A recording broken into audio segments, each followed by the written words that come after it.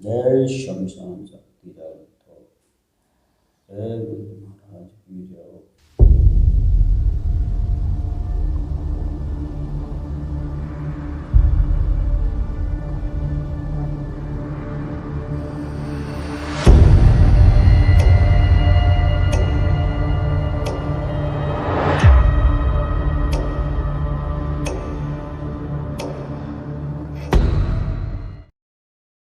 स्वागत है आप सभी का हमारे चैनल पर। हमने बाबा जी से कुछ आपके पहले वीडियो आपने हमारे देखे होंगे मुलाकात के, तो हम बाबा जी के पास अब दोबारा आए हैं। साधा संबंधित बहुत ज़्यादा सवाल आए हैं। बाबा, हमारे जो दर्शक हैं वो आपसे जानना चाहते हैं जैसे हम तंत्र साधना करें, तंत्र साधना करने से समय हमें क्या करना चाहिए, क्या क्या सावधानी जो हमें अपने साथ रखनी चाहिए जिससे हमारे साथ कोई अनिष्ट ना हो। जैसे आपने पूछा कि शमशान तंत्र साधना में विघ्न कितनी प्रकार की आती है, काफ़ी आती हैं, और क्या साधना करने वालों को किस किस चीज़ का ध्यान रखना चाहिए।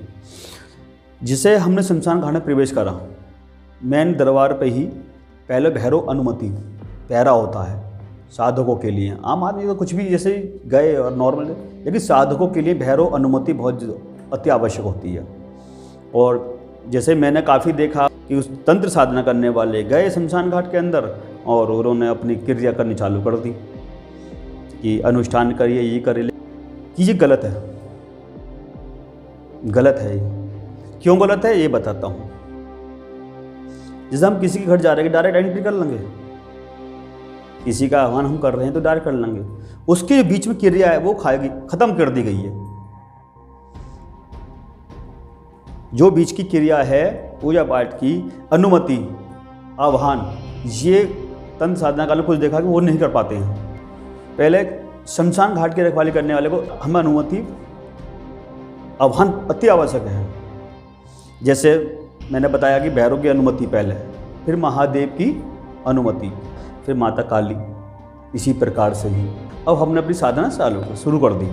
शुरू करने के बाद में मैं क्या देखता हूँ, कुछ गलतियाँ इस तरह होती हैं। साधना करने वाला जो व्यक्ति है साधना करता है और उसमें शराब, मदरा जिसे बोलते हैं, मदरा और मांस भोग लगा रहा है, लेकिन ये तो गलत है। गलत क्यों है? गलत क्यों है आपने पूछा, गलत क्यों है? गलत इसलिए है कि जिस प्रेत की हम साधना कर रहे हैं उसने अपने जीवन में शराब, मांस का भोग नहीं करा हो, और हर साधक जो है उस पर जो शराब भोग लगा रहा है, तो वो कैसे आपके ऊपर आ जाएगा? नहीं आने का है, क्योंकि वो जो अगर आपको देख रहा है, आपको देखने पर वो जिस व्यक्ति ने शराब चढ़ा रहे हो तो देख के क्या होगा, शराब भी देगा, शराब ही देगा ना। अब प्रेत की पूरी जानकारी लेने के लिए हमें संपर्क करना पड़ेगा जो शमशान घाट का कौन है, चंडाल। जब जानकारी चंडाल से हम लेंगे तो मोटा मोटा दिमाग से ये बात है, उसकी सारी बात तो उसके बाद होंगी नहीं। ये आप उसके नाम से, पते से, सब चीज़ से पता चला कि ये प्रेत किस इसके विचार थे, हाव भाव कैसे थे। जब आपको प्रेत की प्रवृत्ति पता चल जाएगी किस नेचर का था वो, आपको वो भोजन देना, ना कि शराब और ना ही मांस। जैसे वो प्रेत अच्छे नेचर का, अच्छे स्वभाव का था, तो आप उसी के हिसाब से उसे आप प्रसाद, मिठाई है, लौंग है, फल हैं, किसी से भी आप उसको बना सकते हो। जब आप प्रसन्न होगा तब आपके धीरे धीरे वो आपसे संपर्क करने की कोशिश करेगा। धीरे धीरे धीरे आपको स्वपन योग निद्रा में, फिर आपको पूजा पर गाइड करेगा, आपको हर जगह से सपोर्ट करने की कोशिश करेगा कि मैं इस साधक से संपर्क कर अपना जीवन और इसका जीवन दोनों ही अच्छे से व्यतीत करें। कुछ साधकों का ये भी प्रश्न मेरे पास आया था कि महाराज कि जो शमशान घाट हैं, जो कीले होते हैं, तो इसमें हम कैसे करें? तो जैसे मैंने अपना बताया है कि कीले होते हैं, ठीक है, प्रेत उसमें प्रेत जो है उसमें प्रवेश नहीं करेगा। उसके लिए आपको मंत्र से आह्वान, जो मैंने अभी सभी देवताओं को बताया, 3 देवताओं को और एक चंडाल का, जो 3 देवता हैं, भैरव बाबा का अनुमति, माता काली की अनुमति, महादेव की अनुमति। जब इनसे मंत्र जो है, मंत्र यानी मन की शक्ति से जब इनका अनुमति लोगे आह्वान कर, तो जब उसको आप आसन को कीलोगे तो उसके कीलो खोल भी सकते हो। मंत्रों से, जो आपका अपना मंत्र है।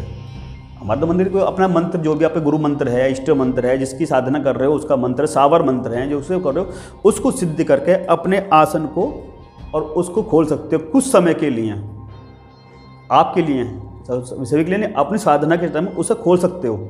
खोल के मंत्रों से जब उसका आह्वान करोगे तो जब एंटर करेगा वो, अब समय कब लगेगा, जब साधना बढ़ेगी धीरे धीरे धीरे धीरे, वो 1 दिन 2 दिन 4 दिन 5 दिन जैसे भी साधना होते होते आपसे संपर्क कर लेगा, आपको अच्छे अनुभव होने लगेंगे।